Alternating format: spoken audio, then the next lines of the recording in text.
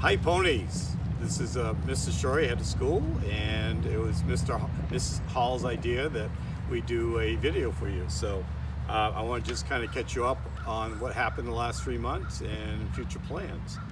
I can report to you we started remote learning back in the middle of March 13th, and the faculty did an outstanding job.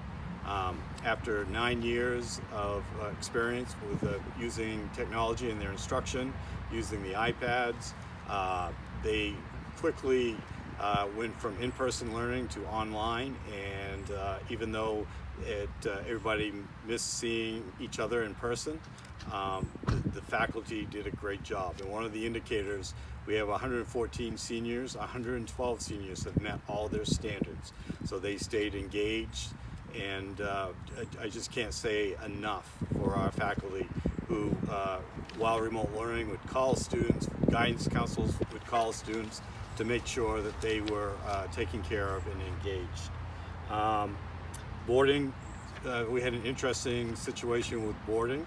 A lot of our peer schools sent their kids home when the COVID-19 pandemic started, or said told the students to find a host family. We said to our boarding parents, or our parents of boarding students, that it's very safe here. Your students are allowed to stay here as long as they can, and we will treat them like we'd want our students treated overseas. And so we had actually 40 students throughout the pandemic who were restricted to campus. They weren't allowed to walk anywhere. From their dormitories and dining services, and so they did online learning just like the day students. So we kind of had a two-front situation where we were supporting online learning, but also I am proud to say that the 40 students did not get sick and did not contract COVID-19, and that was very, very important.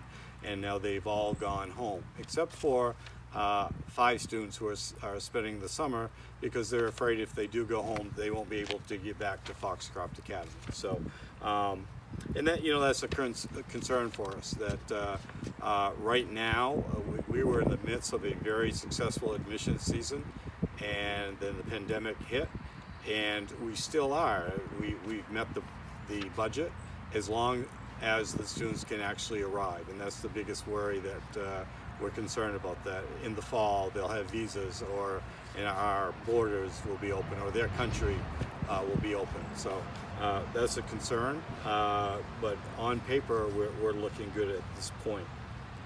I'm really happy to report that we will have an outdoor graduation. I don't know if you knew, we pushed the graduation date to June 27th. We were thinking the later we could go without going in July, the better chance we would have to have a normal graduation. And so it'll be on June 27th at 7 p.m.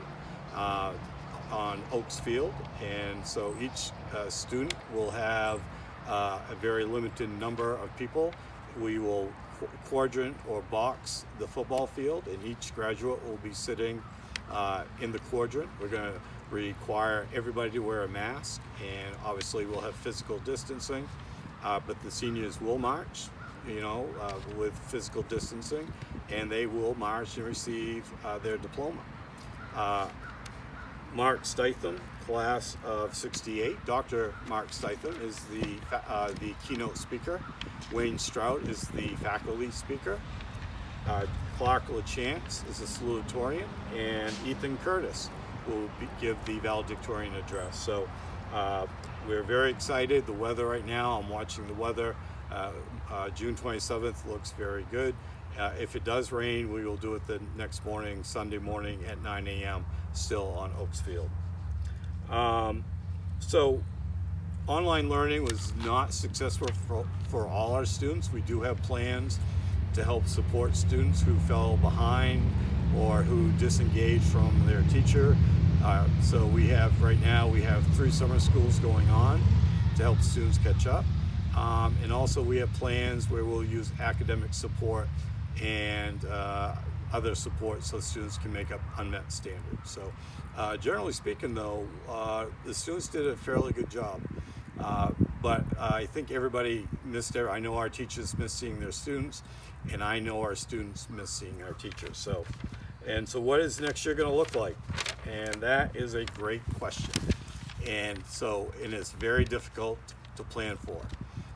We're planning on probably a blended model where students, I think physical distancing will still be in place, which means probably at one time we can only have half the students. So we're planning on online learning and seeing our students, we hope, at least twice a week. So right now we're measuring rooms, we're laying out 6 feet distancing in the hallway, we're looking at different hallways to make sure we don't have crowding, special rules for lunch, possibly hanging plexiglass in every classroom so a teacher and a student can talk behind a plexiglass. We are going to require everyone to wear a mask. We're going to say to all the teachers, actually we're going to encourage them to go outside for their lessons and teaching. But all the windows will be open. So we're using all the CDC guidelines to make sure that we open on September 1st as safe as possible. Unfortunately, Alumni Weekend looks like it will not be able to take place. Although Kathy is going to reach out to the major reunion years to see, we did have a senior tea in which we roped off an area that held about 50 people or less so that physical distancing could take place.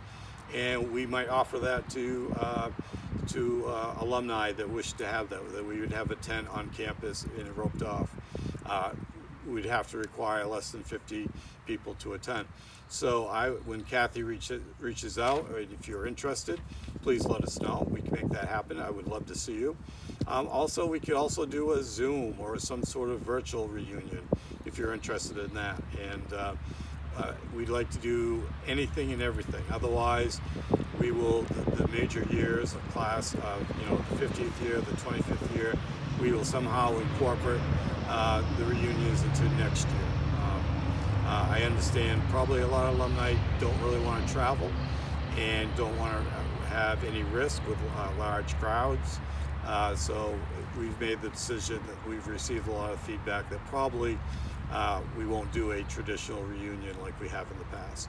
The town of Dover Foxcroft, they also canceled all their celebratory Alumni Week, no parade, no fireworks. But if you're interested, we can try to do something this year, and definitely next year we'll just have a big Foxcroft reunion on campus. Real quick, I want to catch you up on the capital campaign, Building on Tradition. We made the decision back in April to delay the project with everything, all the information that we had. It was the right thing to do.